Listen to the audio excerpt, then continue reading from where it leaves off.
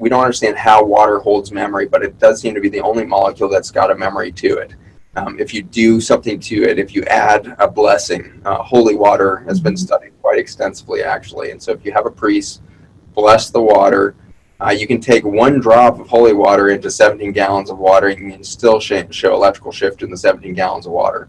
And so there's something that's been embedded in there through the intention of prayer or the priest's blessing, whatever's coming out of that to create this quote-unquote holy water. There's something happening there. And I think we all have a priesthood within us. And so I don't think you need to find your Catholic priest to create holy water. I think each of us in our prayer and meditation before a meal can reshape the water within our glass or within the food itself through our blessing. And so it's interesting that every religion on the planet has told us to bless our food before we consume it.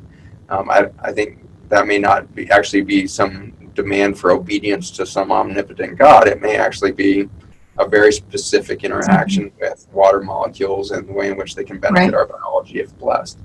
And so a good example of the memory there, something like essential oils, or you take hydrosols or the water extracts of flower petals or the Bach flower essences in alcohol.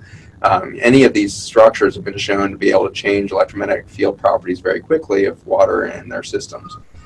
With our camera in the clinic, we're able to show that a Bach flower essence in 30 seconds can change your entire energy field.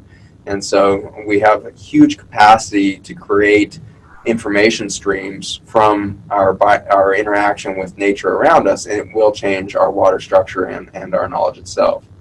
One of the most profound macro examples of this is human memory. And so it turns out that in all of our extraordinary last 2 decades of neurobiology, we've learned more about the brain in the last 20 years than in the entire collective history of mankind. And so it's been an extraordinary acceleration of our understanding of the brain. But in all of that investigation, we've never found the hard drive of our memory in the brain. We don't have an area within our brain that holds long-term memory. We have this little tiny part that's about the size of the thumbnail that sits in your temporal lobe behind your ear there, that's called the hippocampus. And the hippocampus is responsible for taking short-term experience and turning that into long-term memory or accessing long-term memory. But there is no data bank found within the brain that holds that memory. We're starting to realize that it's probably held within the water structure of peripheral muscle and other tissues, such as the fascial planes, is where we actually hold the memories of our lifetime and perhaps lifetimes before us.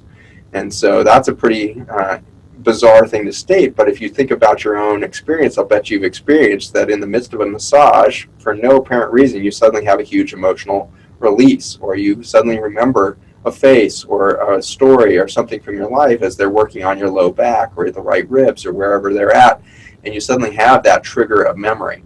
In the transplant world, we've seen some really wacky experiences of this, where there's a great example coming out of one of the heart transplant cases. I think this was about 30 years ago now, if I'm doing my math right, but 30 years ago or so, this gentleman received the heart of a young female organ donor, and within hours of waking up in the post-op, he started having vivid memories of a traumatic murder, and within a couple weeks he had enough data that he ended up bringing it to the police to say, I think there's, this is what I'm experiencing. He had faces, he had names, he had an enormous amount of data that ended up solving her murder, apparently. So just a bizarre amount of information being trafficked in the water structure within that heart muscle that was transplanted into this individual.